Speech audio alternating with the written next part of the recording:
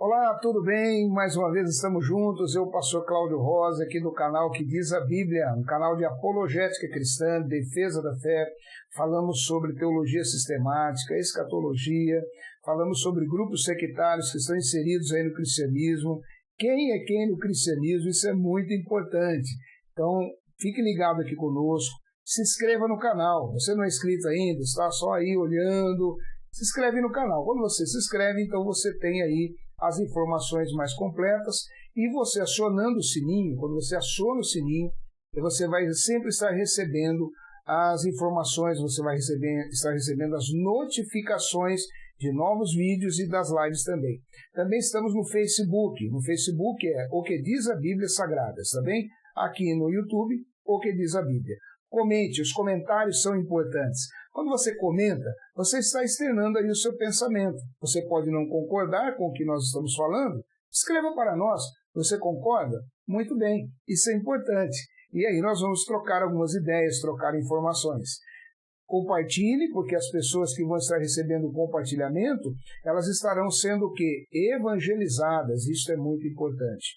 E dê o seu positivo aí, o seu like, o seu gostei, porque aí o YouTube vai entender a importância cada vez mais do canal e o trabalho vai crescendo para a glória de Deus, e isto é muito importante. Olha, nós vamos falar aqui sobre a tribulação.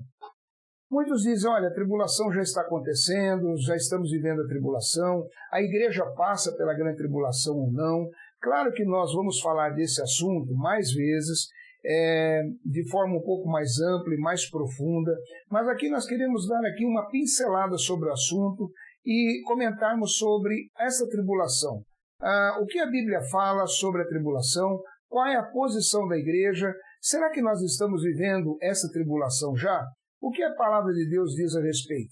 Vamos falar sobre esse assunto logo depois da vinheta.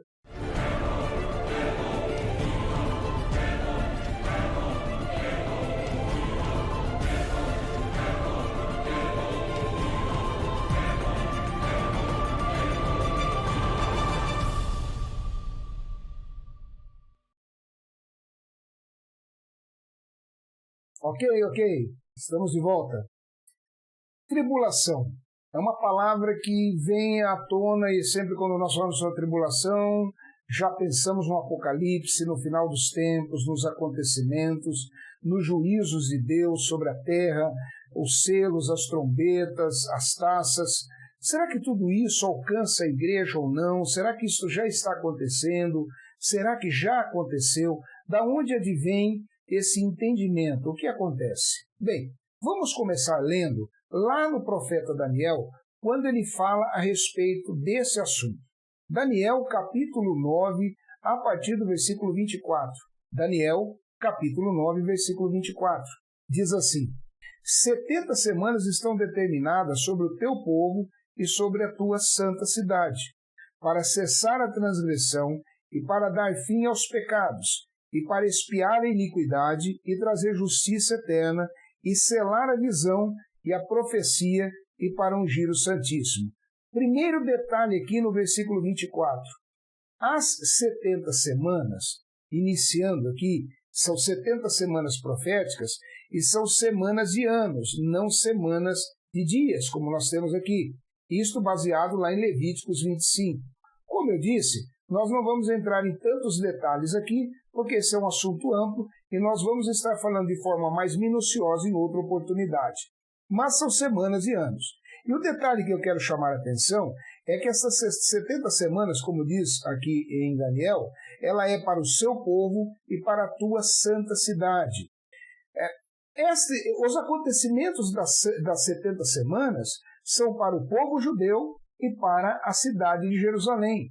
Não é para a igreja, ou não são para a igreja os acontecimentos das 70 semanas.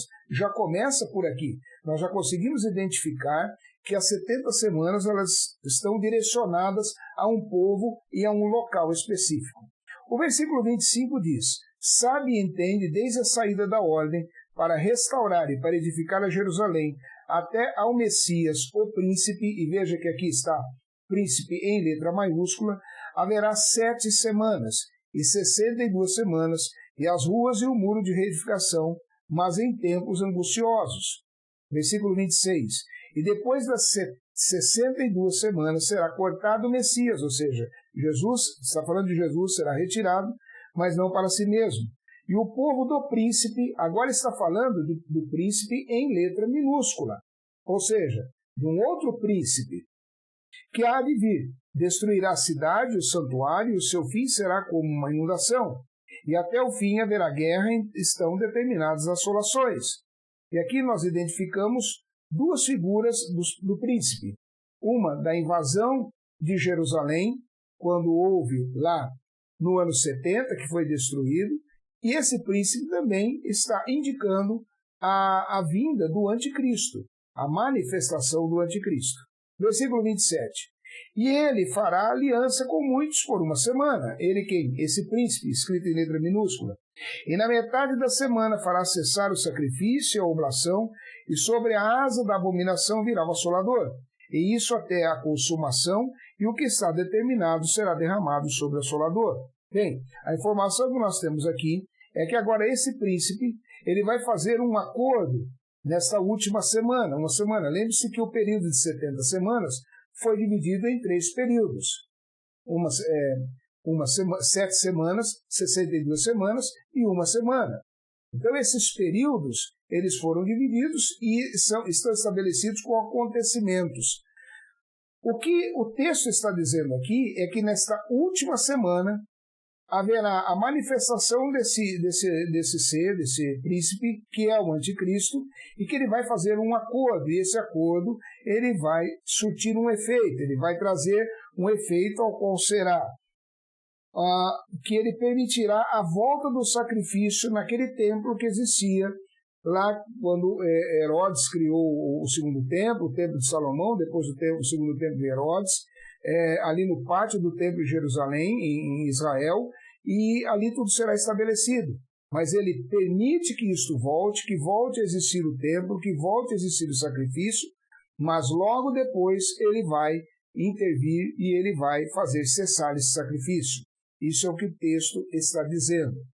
Mas, como nós falamos, os acontecimentos aqui são para o povo de Israel e também para um local específico. A igreja ela é uma mera espectadora do que está acontecendo. Ela não é identificada aqui nas 70 semanas. Bem, falando sobre a tribulação, quando nós vamos lá para Mateus, no capítulo de número 24, vamos lá, Mateus, capítulo 24, agora no Novo Testamento, né? Evangelho de Mateus, o capítulo é o de número 24. Se nós formos ali a partir do versículo de número 1, o texto sagrado diz assim, vamos pegar o 1 e o 2, diz assim, e quando Jesus ia saindo do templo, aproximaram-se dele os seus discípulos para lhe mostrarem a estrutura do templo. E Jesus, porém, lhes disse, não vedes tudo isto? Em verdade vos digo que não ficará aqui pedra sobre pedra que não seja derribada. Jesus, então, está aqui dizendo e falando dos acontecimentos que iriam ocorrer 70 anos depois. Os discípulos eles estavam extasiados com o templo, mostrando a estrutura do templo, falando, olha que maravilha, olha essas colunas, olha tudo aqui. Como alguns fazem aí. E aí Jesus vem e diz, olha, isso vai acabar, isso vai ser derribado, porque existe uma profecia que tem que se cumprir. E qual profecia é essa? A que nós lemos agora, do profeta Daniel, lá no capítulo 9, versículo 24 em diante. E, em especial, o versículo de número 27, que fala do final, daquilo que seria restabelecido. Bem, mas Jesus está aqui, então, assentado no Monte das Oliveiras, como diz no versículo 3, e ele diz assim, a partir do versículo 3, estando assentado no Monte das Oliveiras, chegaram-se a ele os seus discípulos, em particular, dizendo, dize-nos quando serão essas coisas, e que sinal haverá da tua vinda e o fim do mundo? E Jesus respondendo disse-lhes, acautelai-vos que ninguém vos engane. E aí Jesus ele vem trazendo uma série de relatos, falando sobre alguns acontecimentos durante a tribulação. Em Mateus 24, nós vemos que existe uma certa celeuma e uma certa confusão com alguns relatos de Jesus aqui. Do versículo 9, principalmente, até o versículo de número 13, Jesus está falando de alguns acontecimentos durante a tribulação e não nos dias atuais. E bem provavelmente é por esse erro de hermenêutica que acontecem alguns entendimentos de que a tribulação já está acontecendo e que a igreja passa pela tribulação. Não, a igreja não passará pela tribulação, porque nós vamos ver uma passagem bíblica, ou duas pelo menos, que estão ali em 1 Tessalonicenses, uma no capítulo 1, no seu versículo de número 10, e a outra lá no capítulo 5, versículo 9. Mas primeiro vamos ver aqui, em Mateus 24, no versículo 9, a partir do versículo 9, o que Jesus vem falando. Vamos ler até o versículo de número 14, do versículo 9 até o versículo 14, quando está escrito assim, Jesus falando a respeito dessa tribulação. Então vos hão de entregar para serdes atormentados e matar-vos-ão, e sereis odiados de todas as nações por causa do meu nome. Nesse tempo muitos serão escandalizados, e trar-se-ão uns aos outros, e uns aos outros se odiarão. Jesus está falando aqui de um período da tribulação que será um período de guerra aberta. Se hoje as coisas estão acontecendo da forma como acontecem, as perseguições que existem, as dificuldades para a igreja que existem, líderes, pastores, membros de igreja, cristãos que são perseguidos, que são odiados, nesse tempo da tribulação que Jesus está falando aqui, será potencializado. E isso que Jesus está relatando, é um acontecimento durante o período da tribulação. Durante o período da tribulação, porque isso será uma perseguição global e intensa, muito forte. Olha como ele diz, então vos hão de entregar para seres atormentados e matar-vos-ão, e sereis odiados por todas as nações e por causa do meu nome. Nesse tempo muitos serão escandalizados e trair-se-ão uns aos outros, e uns aos outros se odiarão. Isto estará acontecendo de forma muito mais forte, uma perseguição ferrenha sobre todos os cristãos. Então, se hoje existe isto, haverá durante a tribulação uma guerra aberta a todos aqueles que estão evangelizando, pregando a palavra e dispostos a estarem durante esse período enfrentando a tribulação. Ah, pastor, mas espera aí, e a igreja? A igreja não está nesse contexto aqui. A igreja já foi arrebatada. Aqui ele está falando daqueles que estão vivendo a grande tribulação. Do versículo, vamos pegar o versículo 11 agora. Deixa eu apagar os demais aqui, ou então mudar a cor aqui para ficar mais... o versículo 11, 12 e 13. Pegar o versículo 11, 12 e 13. Aqui, esse que está em verde aqui. Jesus vem dizendo assim: e surgirão muitos falsos profetas, e enganarão a muitos. E por se multiplicar a iniquidade, o amor de muitos esfriará. Mas aquele que perseverar até o fim, esse será salvo. A palavra de Deus, Jesus está falando aqui desse momento da decadência espiritual que haverá. O declínio moral, ético e espiritual durante esse período da tribulação será infinitamente superior ao que nós temos visto hoje.